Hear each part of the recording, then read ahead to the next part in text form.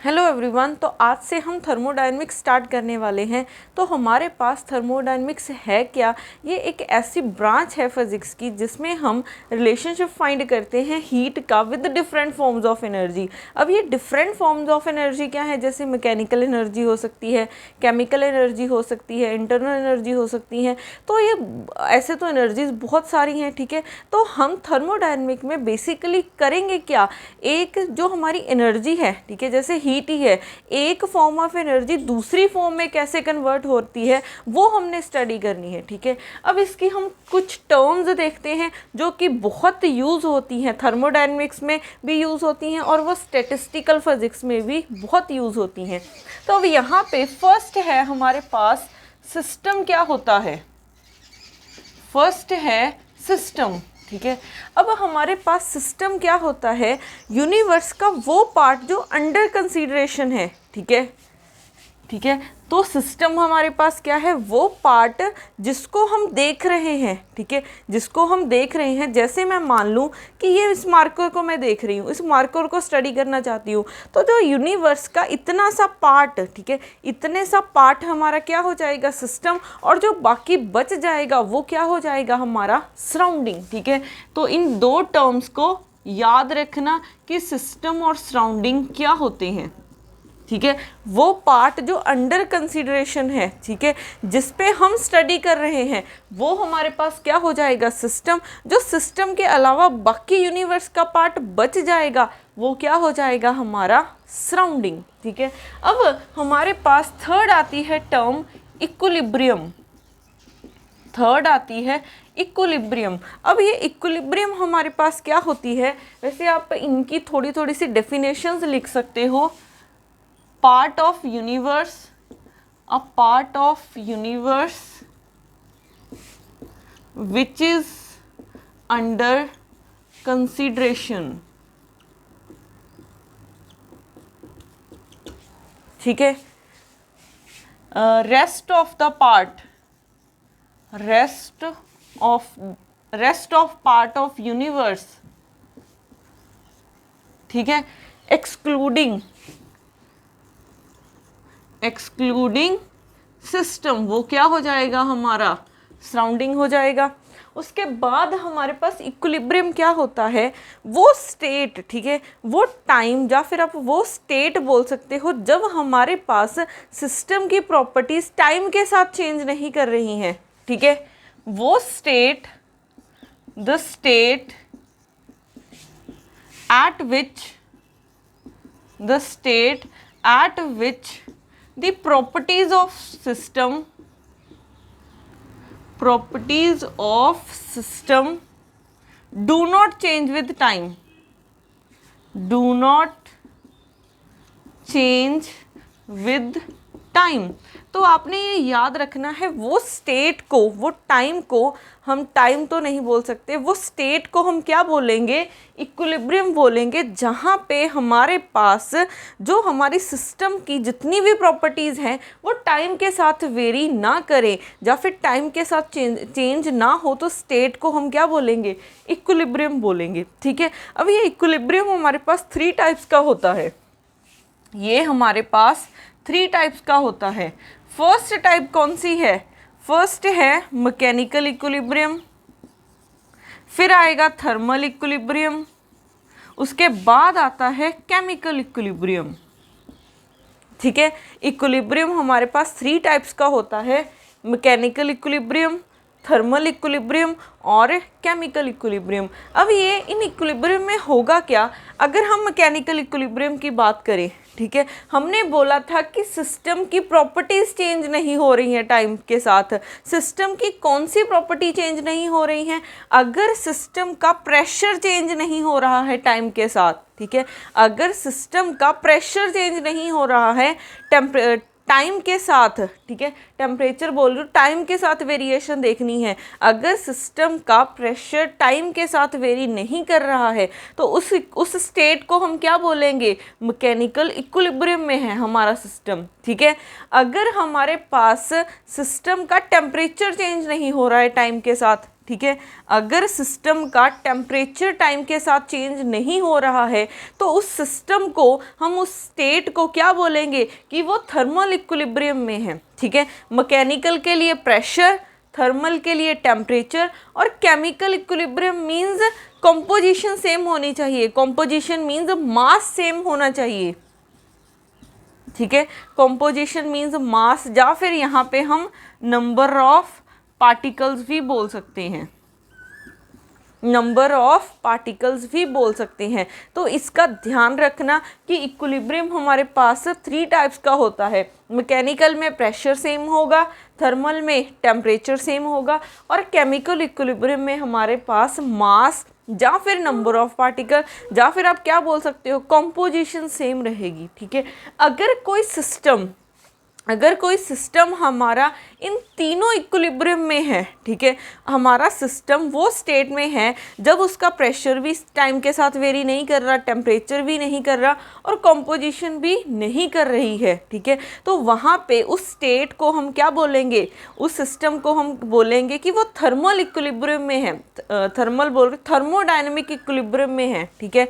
अगर कोई सिस्टम का प्रेशर भी टाइम के साथ चेंज नहीं कर रहा, टेम्परेचर भी चेंज नहीं कर रहा, और नंबर ऑफ पार्टिकल भी चेंज नहीं कर रहे, तो ऐसे सिस्टम को हम क्या बोलेंगे कि वो हमारे पास थर्मोडायनामिक इक्विलिब्रियम में है, ठीक है, थर्मोडायनामिक इक्विलिब्रियम में है। तो इसका ध्यान रखना कि ये तीनों इक्विलिब्रियम होने चाहिए, तब आप बोलोगे कि सिस्टम क्या है, थर्मोडायनामिक इक्विलिब्रियम में है। अब उसके बाद हमारे पास आता है, एक होती है माइक्रोस्कोपिक प्रॉपर्टीज़ और एक होती है मैक्रोस्कोपिक प्रॉपर्टीज़। उसके बाद है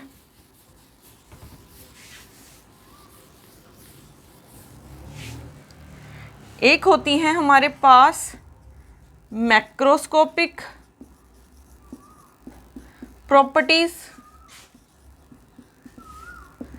एक होती है हमारे पास माइक्रोस्कोपिक प्रॉपर्टीज़।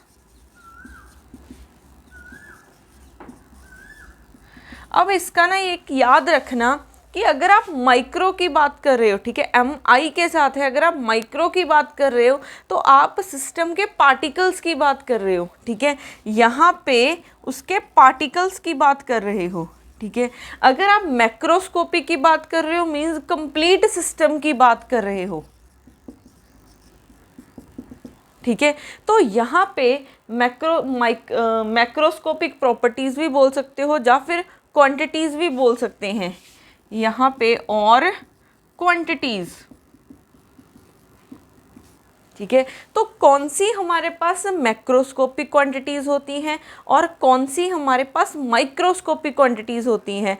एक जैसे हमारे पास एक सिस्टम है, ठीक है, एक सपोज कर लो हमारे पास सिस्टम है जिसमें बहुत सारे पार्टिकल्स हैं, ठीक है, बहुत सारे पार्टिकल्स हैं, तो इसको मान लेते हैं कि सिस्टम में n नंबर ऑफ पार्टिकल्स हैं और इसका पूरे का मास कितना है, हमारे पास m है। और यहाँ पे हमारे पास इस सिस्टम का अगर हम टेम्परेचर नोट करें तो हमारे पास हो जाएगा T टेम्परेचर हो जाएगा, अगर हम इसका प्रेशर देखें तो P प्रेशर हो जाएगा, और अगर हम टोटल वॉल्यूम देखें या फिर एक एक पार्टिकल का भी वॉल्यूम देख सकते हैं, ठीक है, V लिख रही हूँ तो पूरे सिस्टम के वॉल्यूम की बात कर रही हूँ। अब देखो अगर हम, ठीक है, वो क्वांटिटीज़ जो सिस्टम के पार्टिकल्स को डिस्क्राइब कर रही हैं, वो क्वांटिटीज़ जो सिस्टम के पार्टिकल्स को डिस्क्राइब कर रही हैं वो हमारी होंगी माइक्रोस्कोपिक, ठीक है। तो माइक्रोस्कोपिक किसी के पार्टिकल्स को डिस्क्राइब करती हैं। तो ये क्वांटिटीज़ हमारे पास कौन सी हो जाएंगी, जैसे नंबर ऑफ पार्टिकल्स, ठीक है, ये नंबर ऑफ पार्टिकल्स हमें पार्टिकल को देख के पता चलेगा, ठीक है, पूरे सिस्टम को देख के तो नहीं पता चलेगा कि कितने हैं, ठीक है, हमें एक एक पार्टिकल को देखना पड़ेगा। तो जो क्वांटिटीज़ हमारे सिस्टम के पार्टिकल्स को डिस्क्राइब कर रही हैं तो उसको हम क्या बोलेंगे, माइक्रोस्कोपिक। तो इसमें क्या आ जाएगा, जैसे नंबर ऑफ पार्टिकल्स, जैसे वॉल्यूम आ जाएगा, उसके बाद जैसे मास आ जाएगा। अब यहाँ पे अगर हम टेम्परेचर और प्रेशर की बात करें, आप एक एक पार्टिकल का तो प्रेशर नहीं देख रहे हो, ठीक है, आप एक एक पार्टिकल का तो प्रेशर नहीं देख रहे हो, तो आपने पूरे सिस्टम का प्रेशर देख सकते हो या फिर पूरे सिस्टम का टेम्परेचर देख सकते हो। तो ये दो वेरिएबल्स ऐसे हैं जो क्या कर रहे हैं, पूरे सिस्टम को डिस्क्राइब कर रहे हैं। ये हमें ये नहीं बता रहे कि हाँ इस पार्टिकल का प्रेशर इतना है, टेम्परेचर इतना है, ये हमें क्या बता रहे हैं कि हमारे टोटल सिस्टम का प्रेशर इतना है, टेम्परेचर इतना है। तो इन क्वांटिटीज़ को हम क्या बोलेंगे, मैक्रोस्कोपिक क्वांटिटीज़। तो टेम्परेचर, प्रेशर ये हमारी क्या हो जाएंगी, मैक्रोस्कोपिक क्वांटिटीज़ हो जाएंगी। तो इनका ध्यान रखना है, जो हमारे पास एक एक पार्टिकल को डिस्क्राइब कर रही हैं, ठीक है, जो पार्टिकल को डिस्क्राइब करती हैं वो माइक्रोस्कोपिक, अगर पूरे सिस्टम को डिस्क्राइब कर रही हैं, ठीक है, तो वो हो जाएंगी हमारे पास मैक्रोस्कोपिक क्वांटिटीज़। अब उसके बाद हमारे पास आगे आता है इंटेंसिव और एक्सटेंसिव वेरिएबल्स।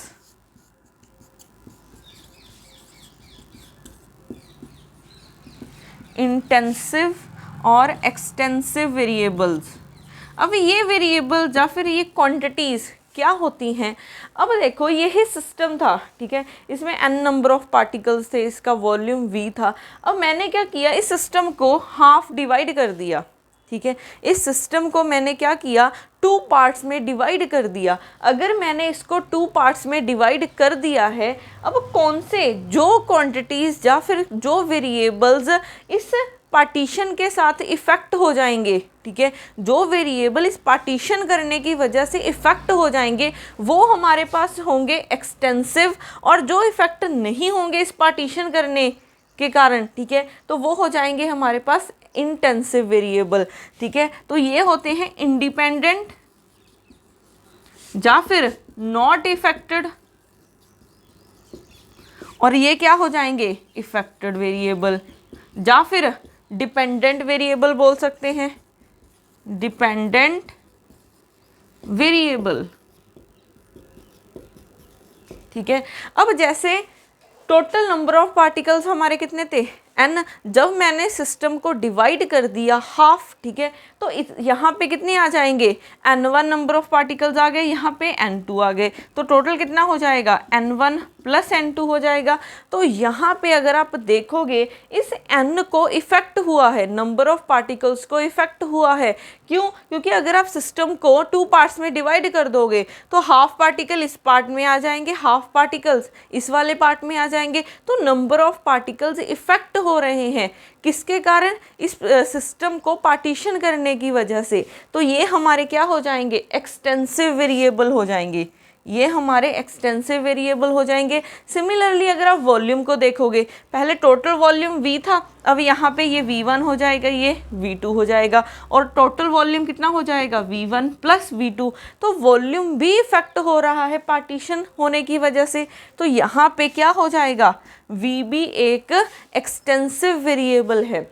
उसके बाद हमारे पास अगर आप टेम्परेचर और प्रेशर की बात करोगे, ठीक है, टेम्परेचर तो हमने पूरे सिस्टम का देखा था, अगर आप चाहे कंप्लीट का देखो चाहे इतने इतने पार्ट का देखो तो टेम्परेचर तो चेंज नहीं होगा, या फिर प्रेशर को तो कोई चेंज नहीं आना चाहिए, प्रेशर में तो कोई इफेक्ट नहीं आना चाहिए। तो हमारे पास टेम्परेचर और प्रेशर ऐसे वेरिएबल हैं, क्योंकि हमने इसको एक एक पार्टिकल का तो चेक नहीं किया था, ये हमने पूरे सिस्टम का चेक किया था। अगर चाहे आप हाफ करके देख लो चाहे कंप्लीट का देख लो, तो वो टेम्परेचर और प्रेशर हमारा सेम रहेगा।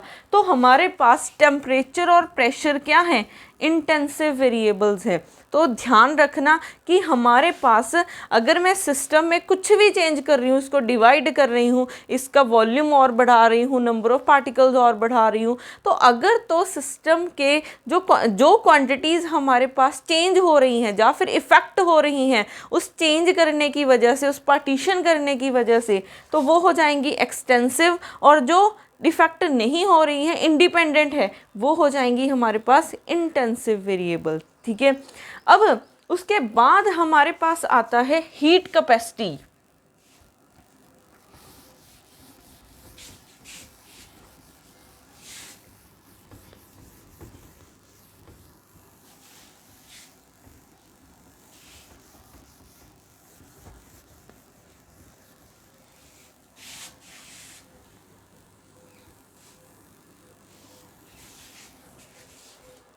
उसके बाद है हीट कैपेसिटी। अब हमारे पास हीट कैपेसिटी क्या होती है?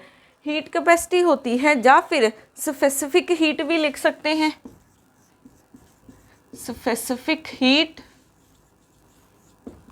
तो हमारे पास ये क्या होती है, अगर मैंने किसी सिस्टम का, ठीक है, किसी सिस्टम का 1 डिग्री, 1 केल्विन भी बोल सकते हो, 1 केल्विन या फिर 1 डिग्री टेम्परेचर राइज करना है, तो मुझे कितनी हीट की ज़रूरत पड़ेगी? ठीक है, एक सिस्टम का हमने 1 डिग्री टेम्परेचर इंक्रीज़ करना है, तो मुझे कितनी हीट की ज़रूरत पड़ेगी कि उस सिस्टम को देने के लिए कि उसका 1 डिग्री टेम्परेचर इंक्रीज़ हो जाए?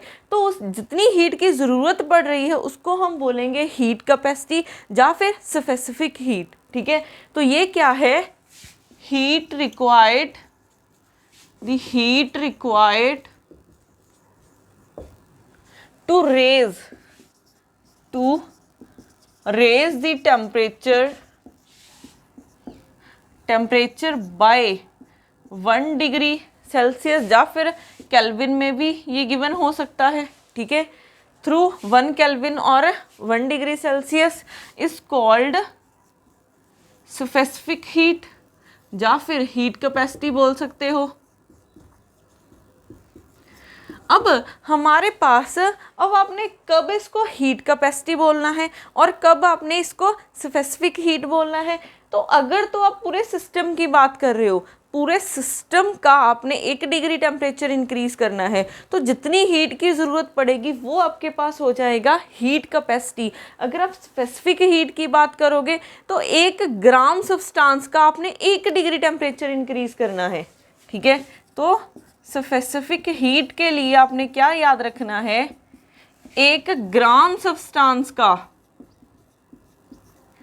1 डिग्री या फिर 1 केल्विन टेम्परेचर इंक्रीज करना है, तो जितनी हीट की ज़रूरत पड़ेगी वो हो जाएगा स्पेसिफिक हीट। तो टर्म्स में ध्यान रखना, ये पूरे सिस्टम की बात कर रहे हो तो हीट कैपेसिटी, और अगर हम सिर्फ 1 ग्राम सब्सटेंस की बात कर रहे हैं तो उसके लिए आप स्पेसिफिक हीट का, ठीक है, यूज़ करोगे। अब ये हमारे पास होती किसके इक्वल है? ये होती है हमारे पास dQ/dt के। जो स्पेसिफिक हीट है उसको मैं डिनोट कर रही हूँ C से, और इसकी वैल्यू होती किसके इक्वल है? dQ/dt के। ठीक है, अब हमारे पास इसकी भी 2 टाइप्स आती हैं। अगर मैं कांस्टेंट टेम्परेचर पे देखूँ तो क्या होगा, अगर मैं कांस्टेंट प्रेशर पे देखूँ तो क्या होगा।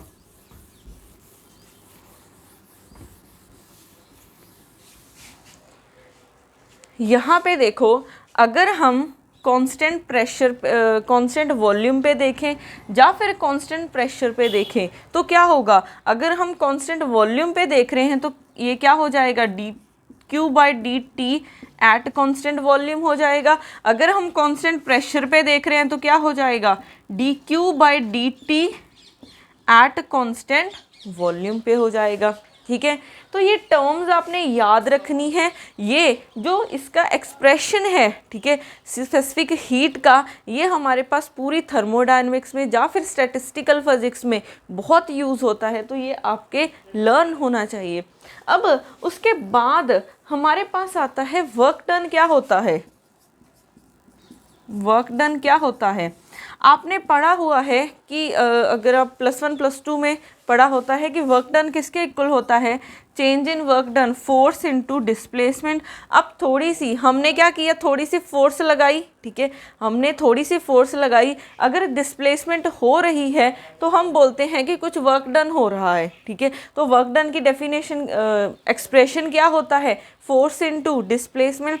अब हमारे पास एक प्रेशर और फोर्स का रिलेशन होता है। अगर आपको याद हो कि प्रेशर किसके इक्वल होता है? Force per unit area. ठीक है, force per unit area, force unit area में कितनी लग रही है उसको हम बोलते हैं प्रेशर। तो यहाँ से फोर्स की वैल्यू निकाल लो, फोर्स हो जाएगा प्रेशर इनटू एरिया। ठीक है, फोर्स किसके इक्वल हो जाएगा? Pressure into area. तो ये वाली वैल्यू यहाँ पे पुट कर दो, dW is equal to pressure into area into dx। ठीक है, अब यहाँ पे देखो area into D X, area into length, हमारे पास क्या हो जाएगा वॉल्यूम। अगर ये स्मॉल डिस्प्लेसमेंट है तो यहाँ पे स्मॉल वॉल्यूम आएगा, तो मैं इसको लिख सकती हूँ डी, पी तो है ही, इसको क्या लिखेंगे डी वी, हमारे पास वी क्या है वॉल्यूम है। अगर यहाँ पे स्मॉल डिस्प्लेसमेंट है तो यहाँ पे स्मॉल वॉल्यूम होगा। अब तक हम ये वाला फॉर्मूला यूज़ कर रहे थे वर्क डन का, फोर्स इनटू डिस्प्लेसमेंट, बट अब हम स्टैटिस्टिकल फिजिक्स या फिर थर्मोडायनेमिक्स में कौन सा फॉर्मूला यूज़ करेंगे, ये वाला, D W is equal to P into D V. ठीक है, तो वर्क डन किसके इक्वल हो जाएगा, P इंटू डी वी के। ये बहुत इंपॉर्टेंट फॉर्मूला है। अब यहाँ पे हम कुछ टर्म्स करते हैं, जैसे हमारे पास एक होती है एक्सपेंशन, एक होती है कंप्रेशन। ठीक है, एक होती है हमारे पास एक्सपेंशन, एक होती है कंप्रेशन।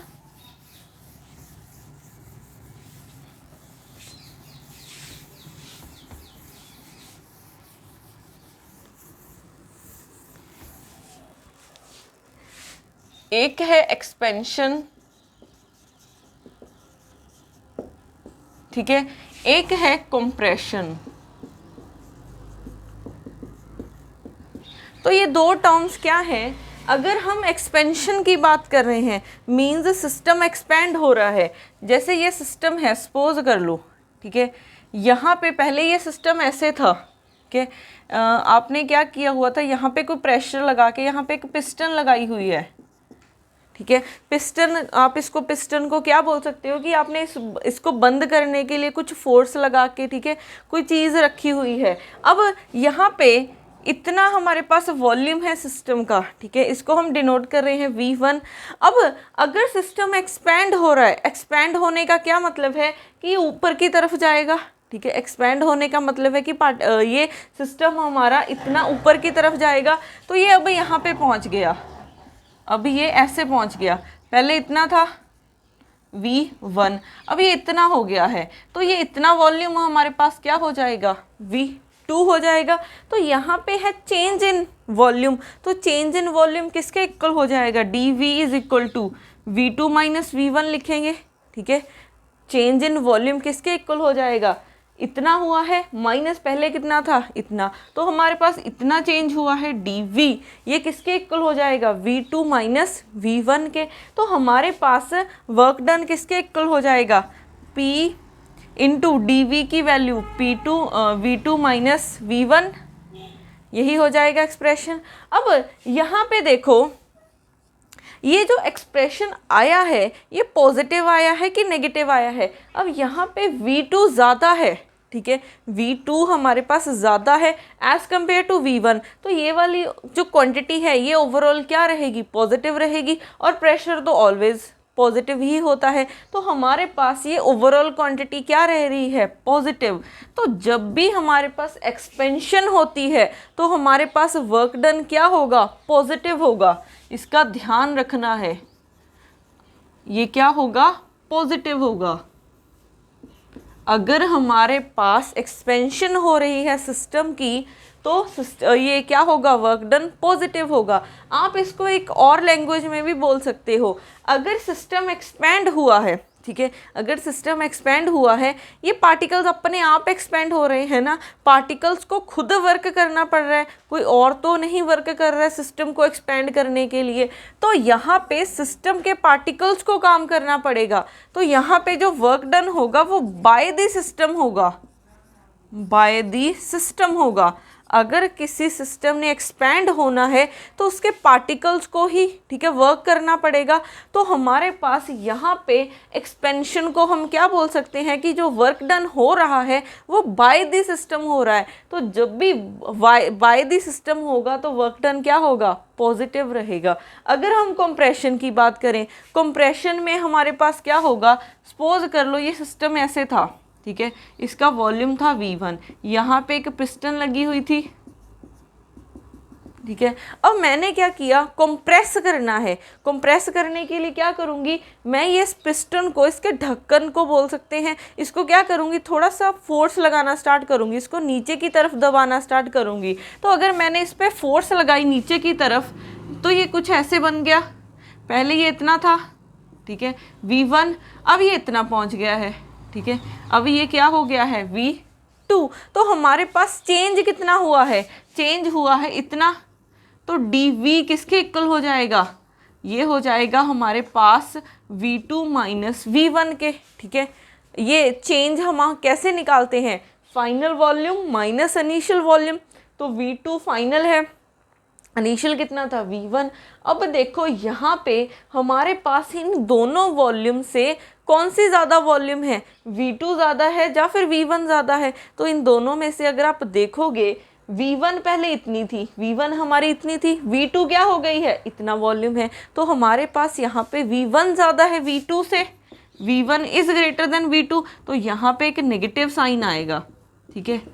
तो मैं इसको ऐसे लिख सकती हूँ, तो यहाँ पे हमारे पास वॉल्यूम में एक नेगेटिव साइन आ रहा है, तो हमारे पास वर्क डन किसके इक्वल हो जाएगा, प्रेशर इनटू dV होता है, तो वैल्यू पुट कर दो, माइनस आ जाएगा इनटू V1 माइनस V2, तो हमारा वर्क डन इसके इक्वल आ जाएगा। ये जो आ रहा है ये क्या है, नेगेटिव आ रहा है, ठीक है। ये हमारे पास क्या आ रहा है, नेगेटिव। तो जब भी एक्सपेंशन होती है तो वर्क डन पॉजिटिव रहेगा, और जब भी कंप्रेशन होती है तो हमारे पास वर्क डन क्या रहेगा, नेगेटिव रहेगा। अब अगर हम यहाँ पे बोल रहे थे कि अगर एक्सपेंड करना है तो पार्टिकल्स को काम करना पड़ेगा, means work done by the system हो रहा है, तो अगर कंप्रेशन करनी है तो हमको फोर्स लगानी पड़ेगी ना कंप्रेस करने के लिए, तो यहाँ पे जो वर्क डन हो रहा है वो ऑन द सिस्टम हो रहा है, ठीक है। Work done on the system हो रहा है, ऑन दी सिस्टम होता है, ठीक है। तो इसका ध्यान रखना, जब भी इसके रिलेटेड न्यूमेरिकल्स आते हैं तो वहाँ पे अगर तो आपने आपको बोला है कि बाय द सिस्टम है तो पॉजिटिव लोगे, अगर ऑन द सिस्टम है तो वर्क डन आपने नेगेटिव लेना है, ठीक है। तो इन क्वांटिटीज़ का ध्यान रखना। अब उसके बाद आता है हमारे पास साइक्लिक प्रोसेस, उसके बाद आता है साइक्लिक प्रोसेस। अब साइक्लिक प्रोसेस कौन से होते हैं, वो प्रोसेस, ठीक है, जिसमें सिस्टम, जैसे आप बोल सकते हो वो प्रोसेस जिसमें सिस्टम अपनी ओरिजिनल पोजीशन पे वापस आ जाए, उसको हम क्या बोलेंगे, साइक्लिक प्रोसेस। जैसे ये सिस्टम यहाँ से स्टार्ट हुआ A पॉइंट से, ठीक है, वो पहले B पॉइंट तक गया, एक सिस्टम A पॉइंट से स्टार्ट हुआ, वो कहाँ तक गया, B पॉइंट तक गया, फिर क्या किया, B पॉइंट से वापस क्या आ गया, A की तरफ आ गया, तो जहाँ से वो स्टार्ट हुआ था अपनी वही पोजीशन पे वापस आ गया, तो वैसे प्रोसेस को हम क्या बोलेंगे, साइक्लिक प्रोसेस बोलेंगे, ठीक है। जब हमारा सिस्टम अपनी ओरिजिनल पोजीशन से वापस आ जाए, ठीक है, ओरिजिनल पोजीशन पे वापस आ जाए, तो ऐसे प्रोसेस को हम बोलेंगे साइक्लिक प्रोसेस। अब एक साइक्लिक प्रोसेस में याद रखना, अगर हमने वर्क डन निकालना है, ठीक है, अगर हमने वर्क डन निकालना है साइक्लिक प्रोसेस के लिए, तो अगर तो वर्क डन क्लॉकवाइज है, ठीक है, अगर वर्क डन आप क्लॉकवाइज कर्व के लिए फाइंड कर रहे हो, क्योंकि साइक्लिक प्रोसेस है तो एक क्लोज कर्व ही होगी, अगर क्लोज कर्व हमारे पास क्लॉकवाइज है, ठीक है, work done by clockwise close curve, clockwise closed curve, तो ये पॉजिटिव रहेगा। अगर हमारे पास ये एंटी क्लॉकवाइज ट्रेवल की है आपने, work done by anti clockwise closed curve, ये क्या होगा, नेगेटिव। आप इसको ऐसा समझ सकते हो कि अगर इसको देखो, ये क्या है, क्लॉकवाइज चल रही है, जो आपने ये ट्रेस किया है पाथ, ठीक है, आपने जो ये पाथ ट्रेस किया, अगर तो आपने क्लॉकवाइज किया है तो वर्क डन क्या रहेगा, पॉजिटिव रहेगा। अगर ये कुछ ऐसा होता, पहले आप ऐसे है, 2 पॉइंट्स हैं, पहले आप इस पाथ से जाते, ठीक है, फिर आप ऐसे आते, तो ये क्या है, पाथ एंटी क्लॉकवाइज है, तो ये किसके इक्वल हो जाएगा, हमारे पास नेगेटिव वर्क डन के इक्वल होगा, ठीक है, इसका ध्यान रखना। अब इसमें ही हमारे पास कुछ टर्म्स हैं कि अगर आपने कहीं पे भी एरिया वर्क डन निकालना है, तो अगर आपको प्रेशर भी नहीं गिवन, चेंज इन वॉल्यूम भी नहीं गिवन, बट आपने कर्व से निकालना हो वर्क डन, तो हमारे पास वर्क डन किसके इक्वल होता है? Area under the curve. ठीक है, वर्क डन की एक और डेफिनेशन होती है,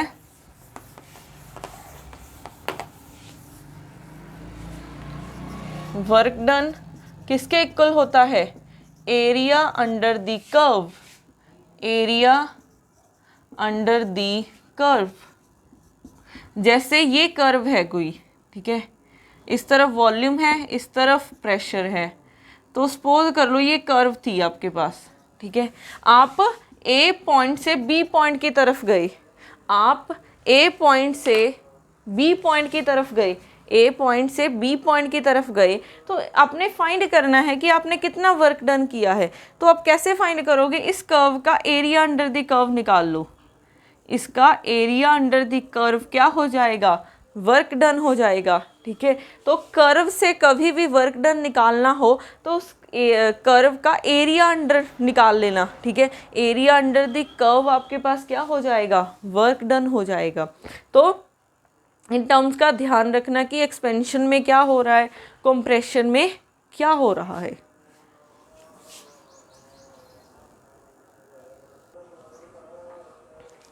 अब हमारे पास नेक्स्ट आते हैं ओपन सिस्टम क्या होते हैं, क्लोज सिस्टम क्या होते हैं, मीन सिस्टम की ही टाइप्स हैं।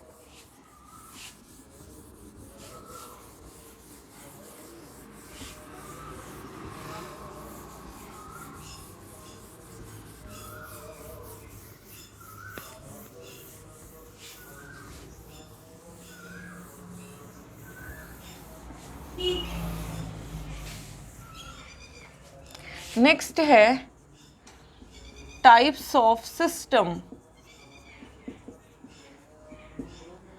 अब हमारे पास सिस्टम 3 टाइप्स का होता है। फर्स्ट है ओपन सिस्टम, सेकंड है क्लोज्ड सिस्टम। ठीक है, फर्स्ट है ओपन सिस्टम, फिर है क्लोज्ड सिस्टम, उसके बाद थर्ड आता है इंसुलेटिंग सिस्टम, इंसुलेटिंग सिस्टम। अब देखो हमारे पास ओपन सिस्टम क्या होता है। ओपन सिस्टम मीन्स ऐसा सिस्टम जो हमारे पास सराउंडिंग में नंबर ऑफ पार्टिकल भी चेंज कर रहा है और एनर्जी भी चेंज कर रहा है, या फिर हम बोल सकते हैं it changes matter and energy. ठीक है, matter and energy with the surrounding, with the surrounding।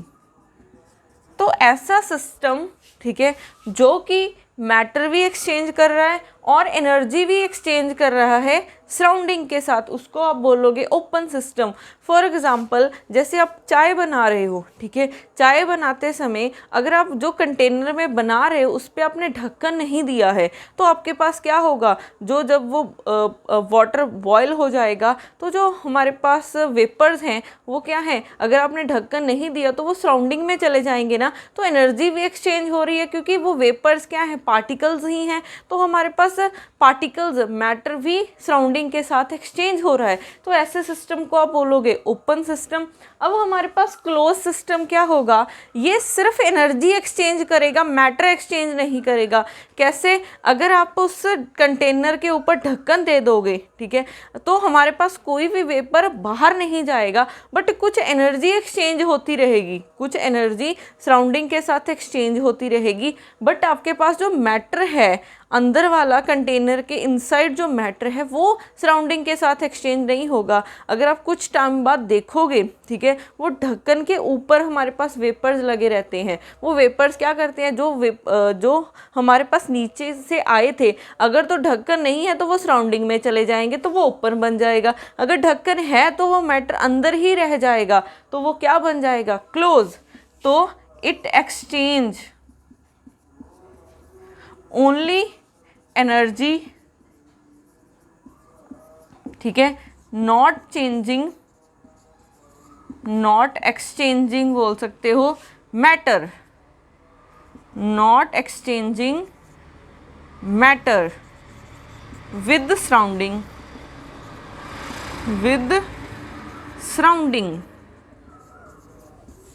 ठीक है।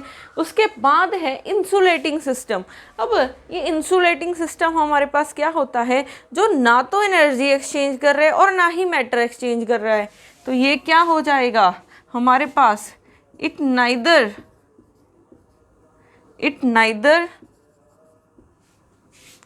एक्सचेंज एनर्जी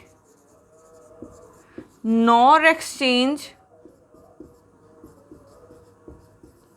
मैटर, ठीक है, विद सराउंडिंग। तो ये ना तो एनर्जी एक्सचेंज कर रहा है और ना ही मैटर एक्सचेंज कर रहा है सराउंडिंग के साथ, तो ऐसे सिस्टम को आप क्या बोलोगे, इंसुलेटिंग सिस्टम, ठीक है। तो ये सिस्टम भी आपको पता होने चाहिए कि ओपन सिस्टम क्या होते हैं, क्लोज सिस्टम क्या होते हैं और इंसुलेटिंग सिस्टम क्या होते हैं। अब उसके बाद हम करते हैं थर्मोडायनेमिक्स के, हमने 3 लॉज करने हैं, ठीक है, जिसमें हम फर्स्ट लॉ करते हैं, जिसमें फर्स्ट लॉ है हमारे पास, first law of thermodynamics.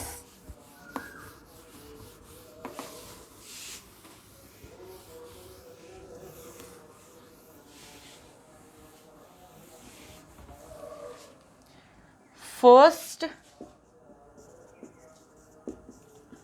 Law of thermodynamics ये क्या बोलता है, ये बोलता है कि जो एनर्जी है वो कंजर्व रहती है, एनर्जी कभी भी लॉस नहीं होती है, ठीक है। ये लॉ हमें क्या बताता है, conservation of energy, conservation of energy बताता है हमें, कभी भी एनर्जी लॉस नहीं होती है, वो जस्ट क्या हो सकती है, एक फॉर्म से दूसरी फॉर्म में कन्वर्ट हो सकती है, ठीक है। एनर्जी एक फॉर्म से दूसरी फॉर्म में कन्वर्ट हो सकती है बट वो कभी भी लॉस नहीं होती है। अब इसी से हम एक और डेरिवेशन बना, एक एक्सप्रेशन बना सकते हैं। वो एक्सप्रेशन क्या है, सपोज कर लो आपने सिस्टम को दिया है DQ हीट दी है, ठीक है, आपने किसी सिस्टम को DQ हीट दी है, वो DQ हीट जाएगी कहाँ, ठीक है। हमने क्या बोला है कि हीट या फिर एनर्जी एक फॉर्म से दूसरी फॉर्म में कन्वर्ट हो सकती है, तो कुछ तो जो हीट है सिस्टम को हमने DQ हीट दी है, तो सिस्टम ने कुछ तो हीट कुछ वर्क डन करने में यूज़ कर ली, ठीक है, कुछ तो हीट उसने वर्क डन करने में यूज़ कर ली, और कुछ हमारे पास जो बच गई हीट, क्योंकि वेस्ट तो नहीं होगी हीट, ठीक है, अब वेस्ट तो नहीं होगी हीट, वो क्या करेगा, system as a internal energy use कर लेगा उसको, ठीक है।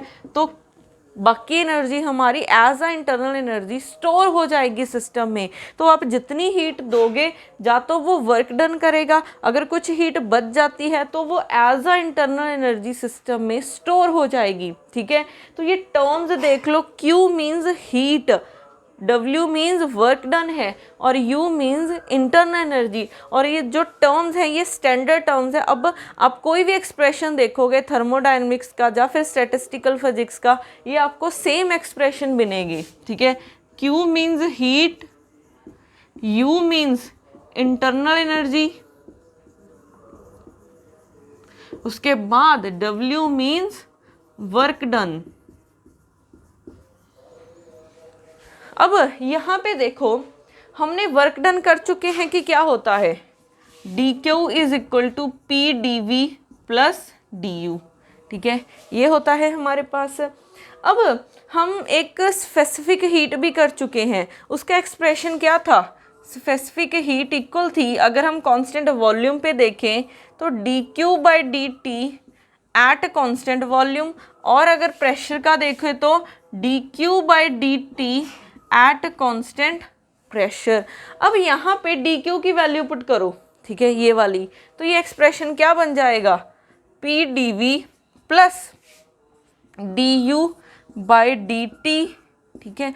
अब इस टर्म में देखो हमने बोला है कि ये स्पेसिफिक हीट है एट कांस्टेंट वॉल्यूम, तो यहाँ पे अगर वॉल्यूम कांस्टेंट है तो DV क्या हो जाएगा, 0 एट कांस्टेंट वॉल्यूम पे, ठीक है, एट कांस्टेंट वॉल्यूम पे हमारे पास dV क्या हो जाएगा 0, तो ये वाला एक्सप्रेशन क्या बन गया 0, तो CV की वैल्यू क्या हो जाएगी du/dt एट कांस्टेंट वॉल्यूम पे, ठीक है।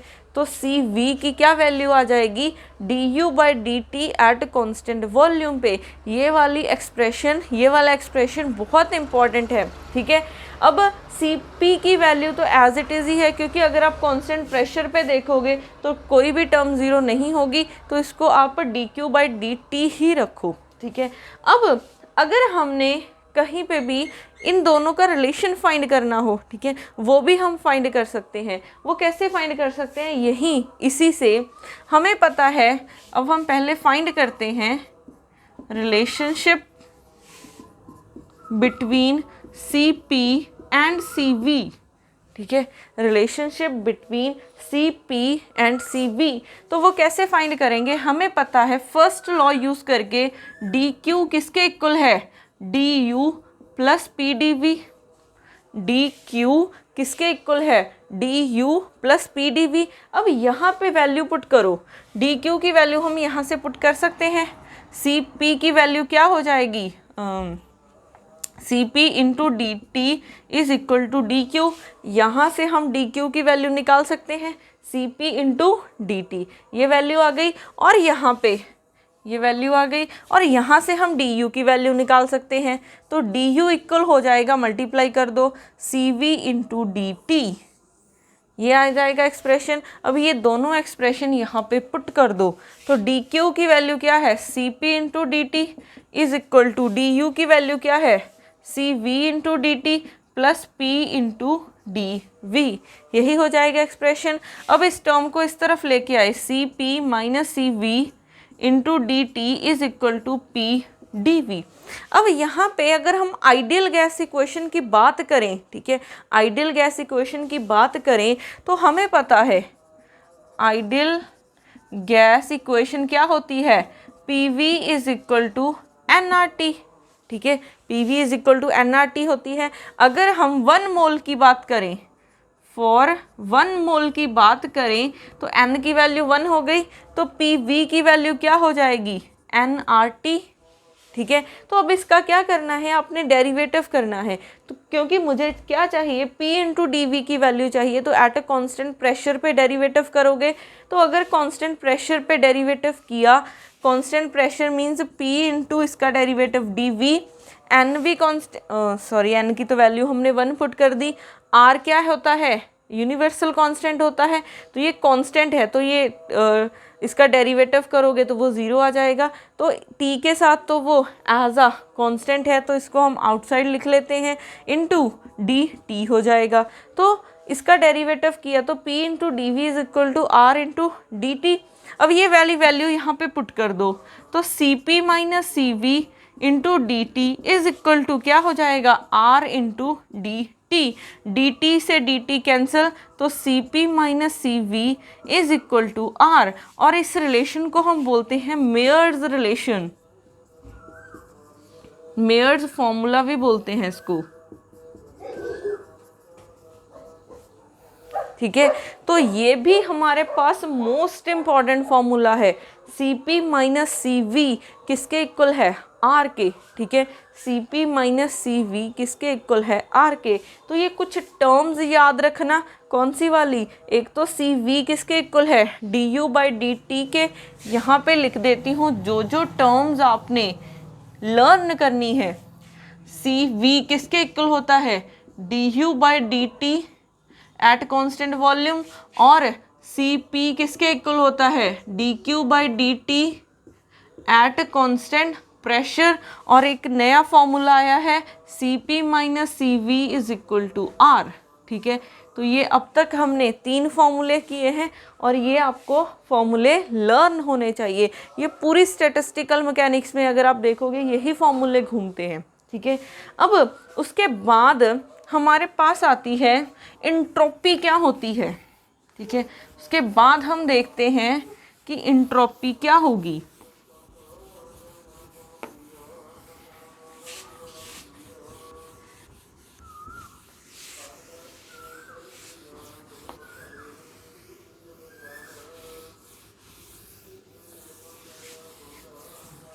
उसके बाद है इंट्रोपी।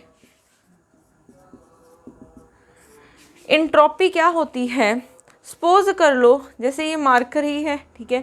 अब ये मार्कर पूरा ऑर्डर है। अब जैसे ही मैं क्या करूँगी, इसको थोड़ी सी हीट देनी स्टार्ट की। हीट अगर मैं दूंगी तो ये थोड़ा सा मेल्ट होना स्टार्ट हो जाएगा। मेल्ट होने का क्या मतलब है कि ये थोड़ा सा डिसऑर्डर आना स्टार्ट हो जाएगा इसमें। तो जो सिस्टम को अगर मैं थोड़ी सी हीट प्रोवाइड करूँ तो सिस्टम में डिसऑर्डरनेस आना स्टार्ट हो जाएगा। कितना डिसऑर्डरनेस आ रहा है वो हमें बताएगा। उसके लिए हमने एक क्वांटिटी बनाई है, वो क्या है, इंट्रोपी। तो मेजर ऑफ डिसऑर्डरनेस, ठीक है, इज कॉल्ड इंट्रोपी। तो इंट्रोपी क्या होती है कि सिस्टम में कितना डिसऑर्डर है वो हमें इंट्रोपी बताएगी। अब अगर इंट्रोपी का फॉर्मूला देखें, स्मॉल चेंज इन इंट्रोपी किसके इक्वल होगी, dQ/T। आप टेम्परेचर दोगे, टेम्परेचर देने का क्या मतलब है, आप थोड़ी सी हीट दे रहे हो। जितनी आप हीट दोगे उतनी ही आपके पास क्या आएगी, सिस्टम में डिसऑर्डरनेस आएगा। तो उतनी ही आपके पास क्या बनेगी, इंट्रोपी बनेगी। जितनी इंट्रोपी की वैल्यू ज़्यादा होगी मीन्स उतना डिसऑर्डरनेस ज़्यादा होगा। जितनी इंट्रोपी की वैल्यू कम होगी मीन्स आपके पास लेस डिसऑर्डरनेस होगी, ठीक है। तो ये टर्म याद रखना और यहाँ से हम dQ की वैल्यू निकाल सकते हैं। dQ क्या होता है, T/ds। अब यहाँ पे S मत लिख देना, फिर एक्सप्रेशन गलत हो जाएगा, क्योंकि स्मॉल हीट दी है तो स्मॉल इंट्रोपी चेंज होगा, स्मॉल डिसऑर्डरनेस आएगा। तो dQ की वैल्यू आ जाएगी T/ds। अब ये वाली वैल्यू अगर हम फर्स्ट लॉ में पुट कर दें, ये हमारा फर्स्ट लॉ था, तो यहाँ पे पुट कर दी TDS is equal to PdV plus DU, ठीक है। अब हमारे पास ये कुछ क्वांटिटीज़ थी। अब उसके बाद हम करते हैं थर्मोडायनेमिक रिलेशंस, ठीक है, या फिर हम इसको मैक्सवेल रिलेशंस भी बोलते हैं।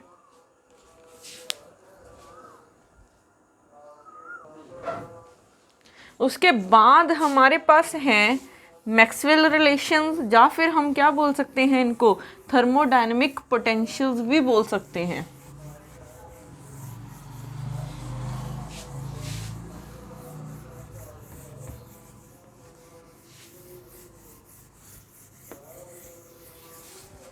नेक्स्ट है मैक्सवेल रिलेशंस, या फिर इनको थर्मोडायनेमिक पोटेंशियल्स भी बोलते हैं।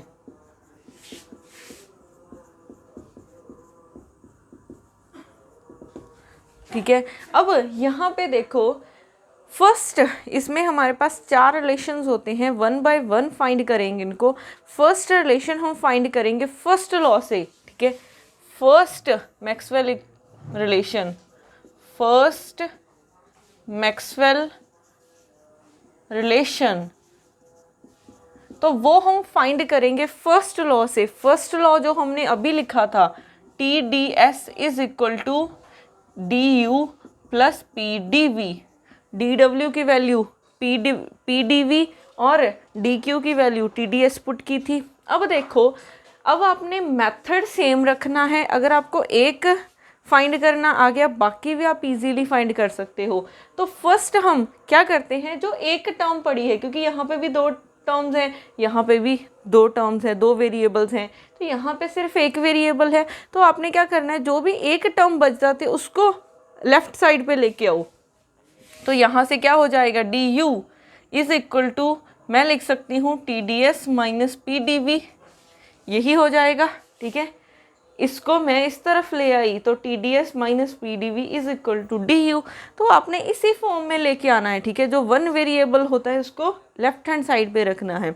अब यहाँ पे आपने क्या करना है, अगर हम कांस्टेंट, या तो इस टर्म को कांस्टेंट कर दो या फिर इस टर्म को कांस्टेंट कर दो, ठीक है। मेथड सेम है। अब यहाँ पे अगर मैं कांस्टेंट वॉल्यूम रखूँ, ठीक है, eight constant volume, eight constant volume. तो अगर कांस्टेंट वॉल्यूम है तो dv 0 हो जाएगा। आपने क्या करना है, एक बार इस टर्म को 0, एक बार इस टर्म को 0। तो फर्स्ट टाइम अगर इसको 0 रखा तो dv 0 मीन्स वॉल्यूम कांस्टेंट हो जाएगा। तो ये टर्म बन जाएगी du is equal to TdS। तो यहाँ से t की वैल्यू आ जाएगी du/ds। कब? जब हमारा वॉल्यूम कांस्टेंट है, क्योंकि अगर वॉल्यूम कांस्टेंट ना होता तो ये भी टर्म होती। तो अगर वॉल्यूम कांस्टेंट है तो ये 0 है, तो यहाँ से t की वैल्यू निकल सकती है। ठीक है, मेथड सेम रखना है, एक समझ लो, बाकी आप खुद से भी कर सकते हो।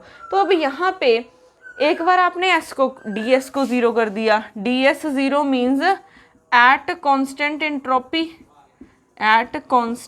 एंट्रोपी।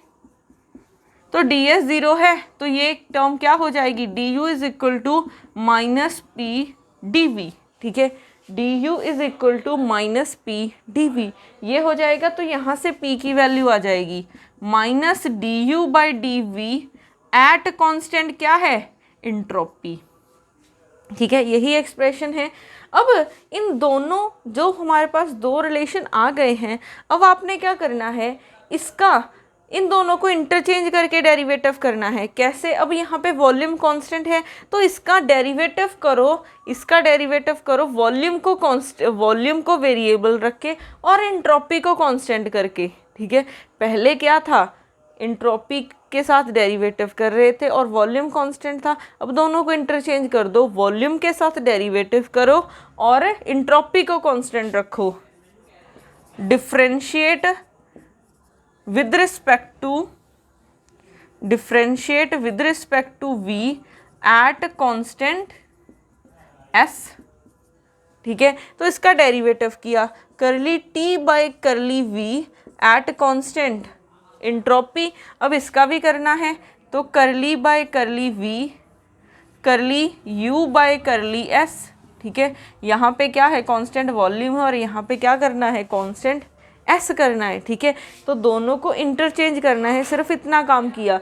सिमिलरली यहाँ पे किसके साथ डिफरेंशिएट करोगे, आप यहाँ पे s के साथ डिफरेंशिएट करोगे और वॉल्यूम को कांस्टेंट रखोगे। Differentiate with respect to s at constant volume.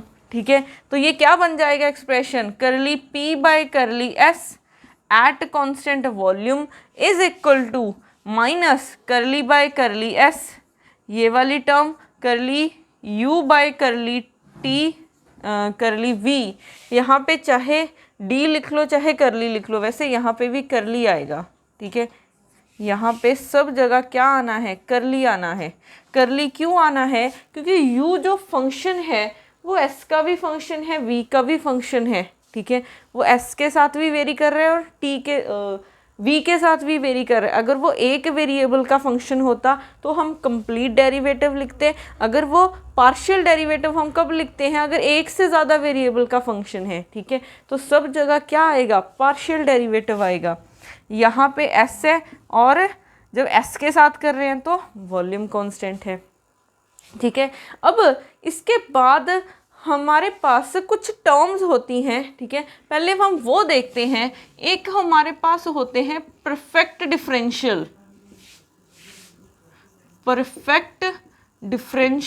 या फिर हम इसको एग्जैक्ट डिफरेंशियल, या फिर इसको क्या बोल सकते हैं, स्टेट वेरिएबल भी बोलते हैं, स्टेट वेरिएबल्स।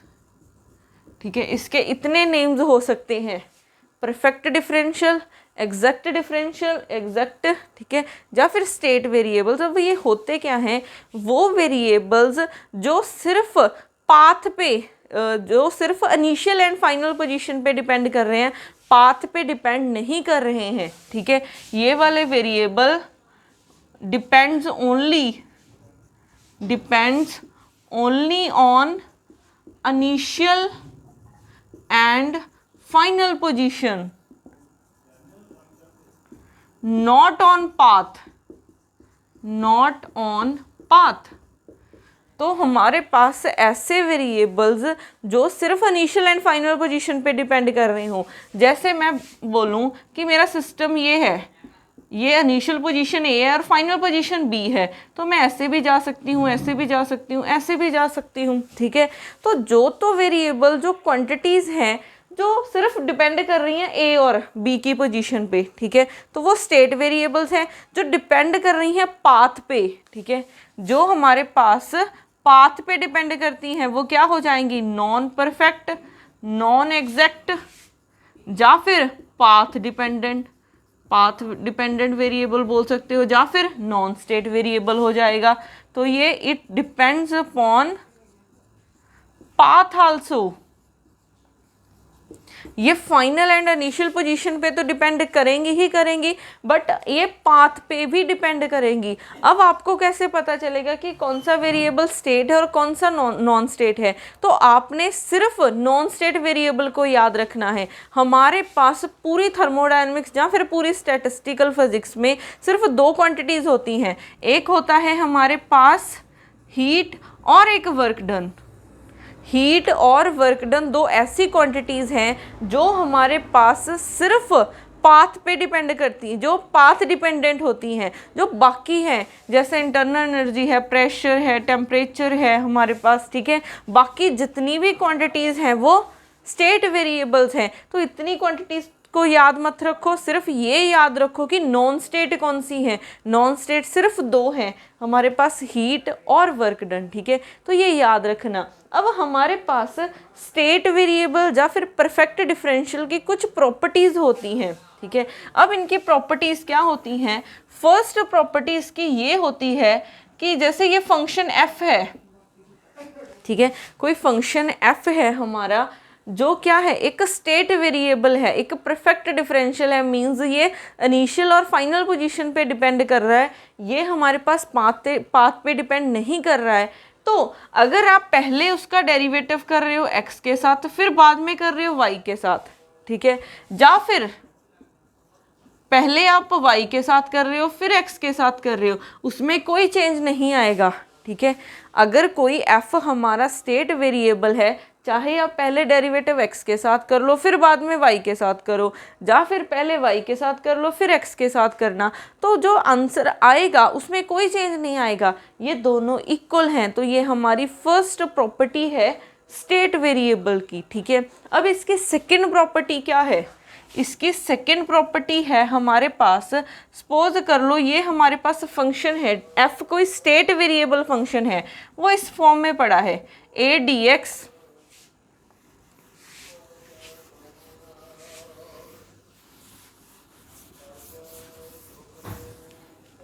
कोई हमारा फंक्शन है df is equal to a dx b dy plus c dz, और ये हमारा फंक्शन x, y और z वेरिएबल्स पे डिपेंड कर रहा है, और a, b, c हमारे पास क्या है, कॉन्स्टेंट्स हैं।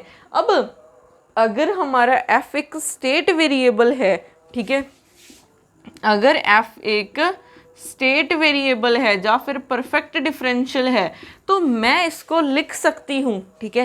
पहले क्या करना है, आपने इन दोनों टर्म्स को देखना है, ठीक है, a dx plus v dy को। तो यहाँ पे मैं कुछ ऐसे लिख सकती हूँ, करली a, इस मेथड को समझना है, ठीक है। अगर आपने ये मेथड सीख लिया तो अगर आपको मैक्सवेल इक्वेशन फाइंड करने को पूछा जाए तो सिर्फ आपने इतना लेंथी करने की ज़रूरत नहीं है, आप यहाँ से ही बता सकते हो कि हमारी फर्स्ट मैक्सवेल इक्वेशन क्या होगी, ठीक है। तो उसको ध्यान से समझना। करली a के नीचे क्या लिखना है, ये y वाला, इसके नीचे ये लिखना है, इसके नीचे ये लिखना है, तो करली a बाय करली y।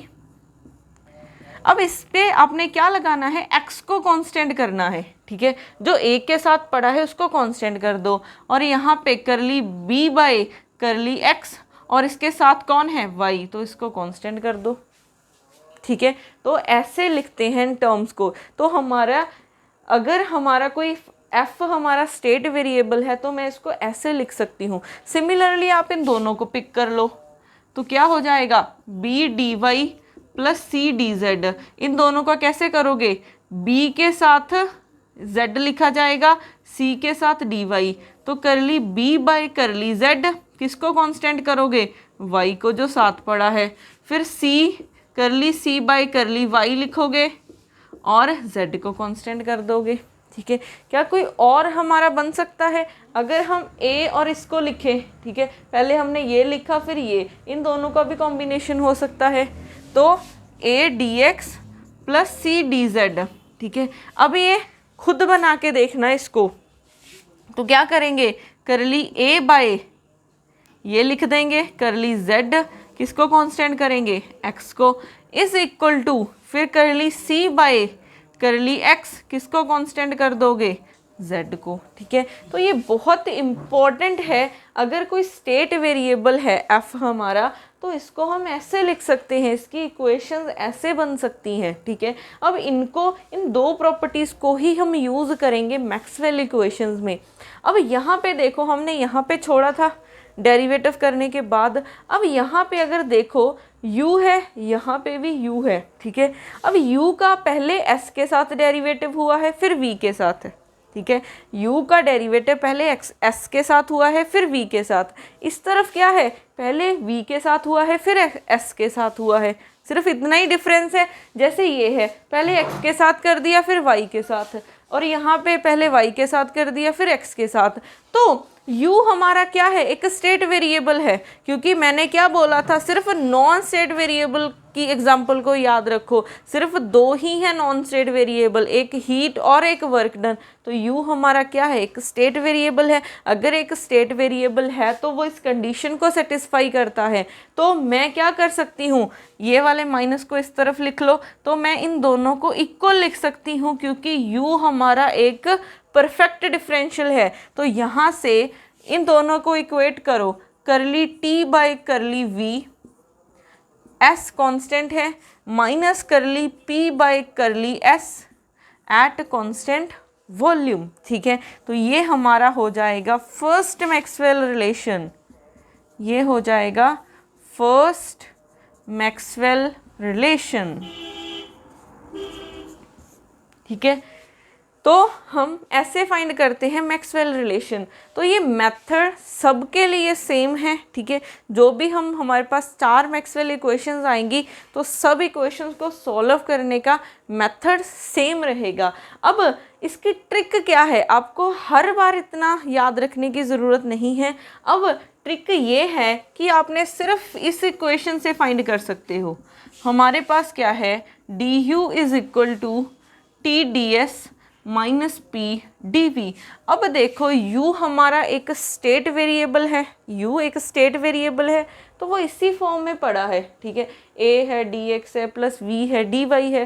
तो अगर u एक स्टेट वेरिएबल है तो मैं इसकी ऐसे बना सकती हूँ, हमारे पास तो दो ही हैं, तो इनको यूज़ करो। कैसे किया था, t के साथ v को लिखा, इसके साथ इसको लिखा, तो curly t by curly v किसको कांस्टेंट कर दोगे, s को, इज इक्वल टू, अगर यहाँ पे प्लस है तो प्लस लिखना, अगर यहाँ पे माइनस है तो माइनस लिखना, इसका ध्यान रखना है। करली p बाय करली s हो जाएगा, और किसको कांस्टेंट कर दोगे, साथ वाले को।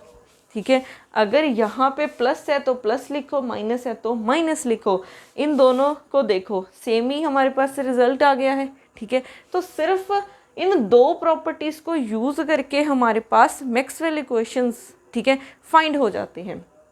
ये मैक्सवेल इक्वेशन आप सिर्फ इस इक्वेशन से याद रखना कि फर्स्ट मैक्सवेल रिलेशन कहाँ से फाइंड किया है, फर्स्ट लॉ ऑफ थर्मोडायनेमिक्स से फाइंड किया है। इसको याद मत रखना, कंफ्यूज हो गए। ठीक है, अगर कंफ्यूज कुछ भी गलत हुआ, माइनस का भी अगर चेंज आता है तो नेगेटिव मार्किंग में, ठीक है, मार खा जाओगे। तो सिर्फ ये याद रखना कि फर्स्ट हमने निकाला है कहाँ पे, फर्स्ट लॉ से निकाला है। ठीक है, T D S is equal to D U plus P D B से। अब निकालते हैं second Maxwell relation.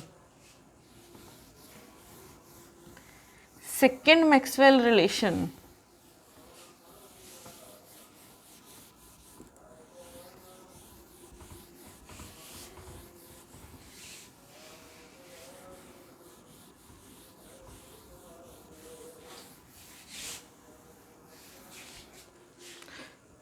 Second Maxwell relation. तो सेकेंड मैक्सवेल हम रिलेशन निकालेंगे इंथैल्पी से। तो इंथैल्पी को हम डिनोट करते हैं H से। ये किसके इक्वल होती है, U प्लस पी वी। हमारे पास इंथैल्पी भी एक फॉर्म ऑफ एनर्जी ही है, या फिर हम बोल सकते हैं हमारे पास कितना कंटेंट ऑफ एनर्जी है, ठीक है, हमारे पास कितनी एनर्जी है जो कि वर्क डन में यूज़ हो सकती है, उसको हम क्या बोल सकते हैं, इंथैल्पी। या फिर सिस्टम में कितनी एनर्जी है टोटल, ठीक है, टोटल कितनी एनर्जी है उसको आप क्या बोलते हो, enthalpy. Total energy in a system, total energy in a system, but कुछ कंडीशन है, ठीक है, वो कंडीशन क्या है, क्योंकि टोटल एनर्जी इंटरनल एनर्जी भी तो हो सकती है। तो हमारे पास total energy in a system at constant pressure, at constant pressure पे, तो अगर आपने सिस्टम को कांस्टेंट प्रेशर पे मेंटेन करना है तो आपको कुछ एनर्जी की ज़रूरत पड़ेगी। कितनी एनर्जी की ज़रूरत पड़ रही है, वो होती है इंथैल्पी, ठीक है।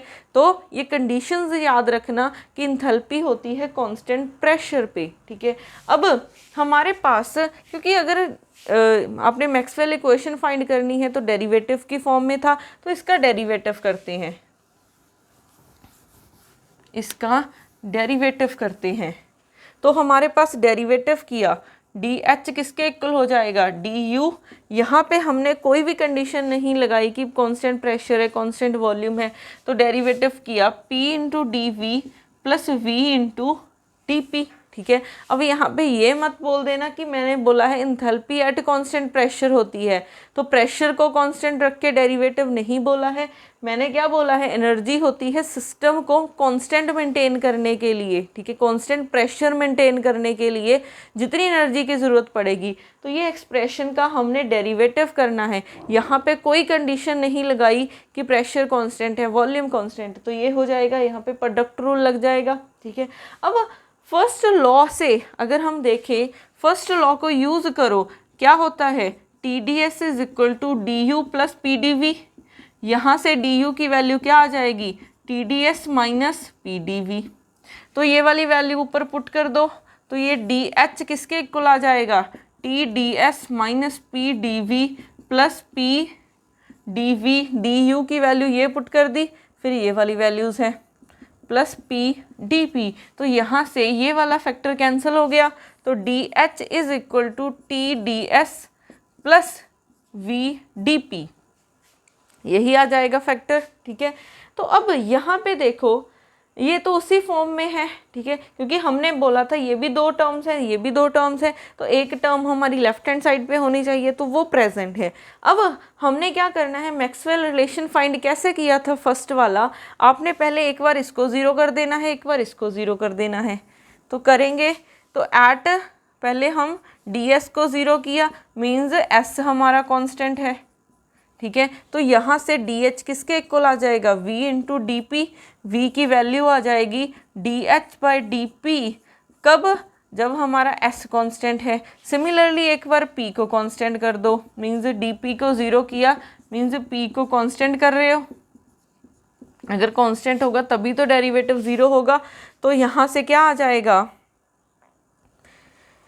यहाँ से D H is equal to T into D S. तो यहाँ से t की वैल्यू क्या आ गई, डी एच करली आएगा यहाँ पे, क्योंकि ये एक का फंक्शन नहीं है, करली h by curly s at constant p, ठीक है। अब नेक्स्ट स्टेप क्या होता है, इन दोनों को इंटरचेंज करके डेरिवेटिव कर दो। पहले यहाँ पे s कांस्टेंट है तो s के साथ डेरिवेटिव करो, तो करली v बाय करली s, ठीक है। प्रेशर को कांस्टेंट कर दो, करली बाय करली s, करली h बाय करली p, ये s कांस्टेंट था और अब हमारा p कांस्टेंट है, ठीक है। सिमिलरली यहाँ पे क्या करोगे, p के साथ डिफ्रेंशिएट करो और s को कांस्टेंट रखना, तो curly t by curly p at constant s is equal to curly by curly p curly h by curly s at constant p, और यहाँ पे हमारा s कांस्टेंट है, ठीक है। अब यहाँ पे ना तो यहाँ पे Q है और ना ही वर्क डन है, तो H हमारा क्या है, एक स्टेट वेरिएबल है, ठीक है, क्योंकि Q और W को छोड़ के बाकी जितने भी वेरिएबल्स हैं वो सारे क्या हैं हमारे पास, स्टेट वेरिएबल। तो अगर H स्टेट वेरिएबल है ही है हमारा स्टेट वेरिएबल, तो इस कंडीशन को लगा सकते हैं, क्योंकि यहाँ पे देखो पहले P के साथ है फिर S के साथ है, अब यहाँ पे क्या है, पहले S के साथ है फिर P के साथ है, तो सेम ही बात है, तो इन दोनों को क्या कर सकते हो, इक्वेट कर सकते हो। तो यहाँ से हमारे पास क्या आ जाएगा, करली V, इन दोनों को इक्वेट करके curly V by curly S at constant P is equal to curly T by curly P at constant S। तो ये हमारा सेकेंड मैक्सवेल रिलेशन आ जाएगा, सेकेंड मैक्सवेल रिलेशन आ जाएगा, ठीक है। अब इसकी ट्रिक भी है, ठीक है, हम इसको भी यूज़ कर सकते हैं, तो उसके लिए हम इसको यूज़ करेंगे। तो हमारे पास DH किसके इक्वल है, TDS प्लस VDP। अब हमारे पास H स्टेट वेरिएबल है और वो इसी फॉर्म में है, तो इन दोनों को बनाओ तो ये क्या हो जाएगा, करली T बाय P के साथ करोगे, किसको कांस्टेंट रखोगे, S के साथ, इसके साथ ये और इसके साथ ये, तो करली V, यहाँ पे प्लस है तो प्लस, यहाँ पे प्लस है तो प्लस, करली V by curly S at constant pressure. तो ये सेम ही है ऊपर वाला, ठीक है। तो आप सिर्फ इस इक्वेशन से फाइंड कर सकते हो फर्स्ट मैक्सवेल रिलेशन। अब उसके बाद हम फाइंड करते हैं थर्ड मैक्सवेल रिलेशन।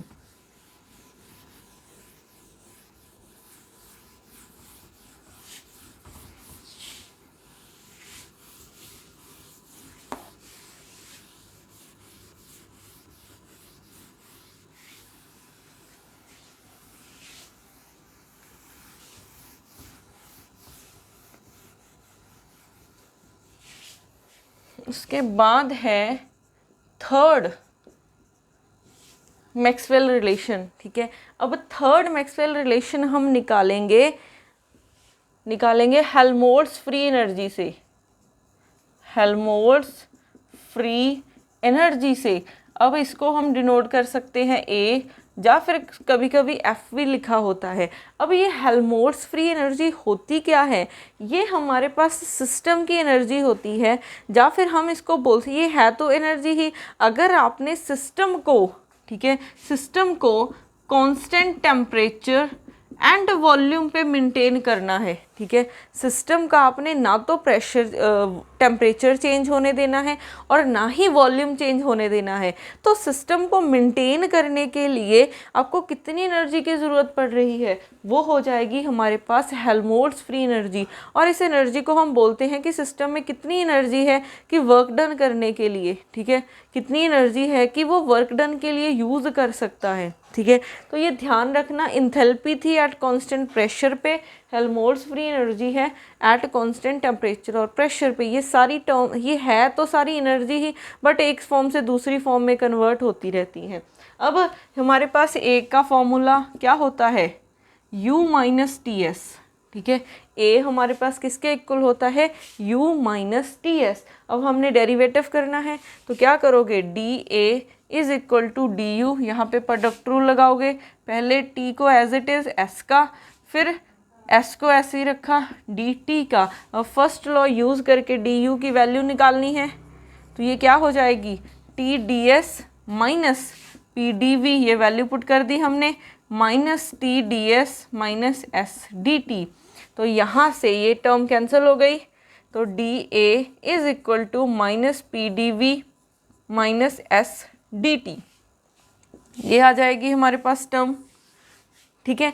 अब हम इसको, आपका होमवर्क ये है, तो ना ही मैं थर्ड में और ना ही मैं फोर्थ में वो लेंथी वाला प्रोसेस नहीं बता रही हूँ, हम इसकी शॉर्ट ट्रिक ही कर रहे हैं कि डायरेक्ट आप इसका मैक्सवेल रिलेशन फाइंड कर सकते हो, ठीक है।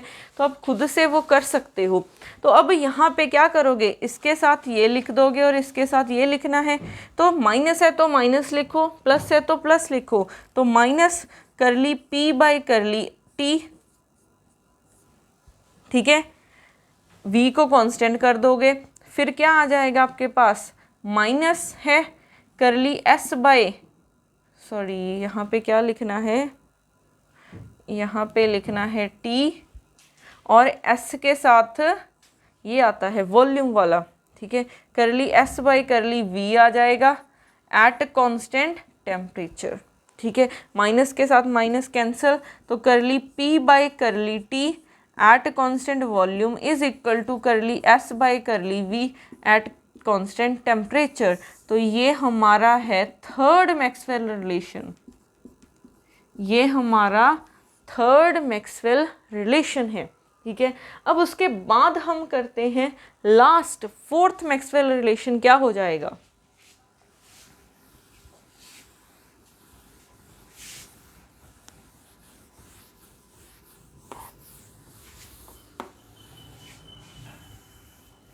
उसके बाद है फोर्थ मैक्सवेल रिलेशन, ठीक है। तो फोर्थ मैक्सवेल हम रिलेशन निकालेंगे गिव्स फ्री एनर्जी से, गिव्स फ्री एनर्जी। अब गिव्स फ्री एनर्जी हमारे पास ये होती तो एनर्जी ही है, बट कब होती है, किस कंडीशन पे होती है, ये कंडीशन पे होती है eight constant temperature and pressure, ठीक है। इंथैल्पी थी कांस्टेंट प्रेशर पे, हेल्महोल्ट्ज़ फ्री एनर्जी आती है तो टेम्परेचर और वॉल्यूम पे, और यहाँ पे गिव्स फ्री एनर्जी होती है एट कांस्टेंट टेम्परेचर और प्रेशर पे। तो इसका एक्सप्रेशन होता है, इसको हम डिनोट करते हैं जी से, और ये एक्सप्रेशन होता है H माइनस टी एस, ठीक है। जी किसके इक्वल होता है, H माइनस टी एस। अब इसका डेरिवेटिव कर दो, तो डी जी किसके इक्वल हो जाएगा, D H minus product rule लगाओ, T D S minus S D T. अब डी एच की हमें वैल्यू पुट करनी है। अब यहाँ पे हमें पता है एच किसके इक्वल था, u प्लस पी वी के, ठीक है, डेरिवेटिव कर दो, तो D U plus P D V, ठीक है, और v इंटू डी पी यही था। अब डी यू की वैल्यू पुट कर दो, डी यू की वैल्यू क्या थी, T D S minus P D V plus P D V plus P D P. तो ये कैंसिल हो गया फैक्टर, तो डी एच की क्या वैल्यू आ गई, T D S plus P D P, यही वैल्यू आ गई। अब ये वैल्यू यहाँ पे पुट कर दो, तो डी जी किसके इक्वल हो जाएगा, T D S minus plus V D P minus T D S minus S D T. तो यहाँ से ये फैक्टर कैंसिल, तो डी जी हमारा आ गया V D P minus S D T, ठीक है। तो अब हम डायरेक्ट निकाल सकते हैं इससे, तो कैसे निकालोगे, v के साथ ये आएगा और s के साथ ये आएगा, प्लस है curly v by curly t at constant p is equal to minus है curly s by curly p at constant temperature पे। तो हमारा ये हो जाएगा fourth Maxwell relation, fourth Maxwell relation, ठीक है। तो ऐसे हम ये चारों के चारों मैक्सवेल रिलेशन फाइंड कर सकते हैं। अब हमने ये रिलेशन कैसे, ठीक है, फाइंड किए हैं,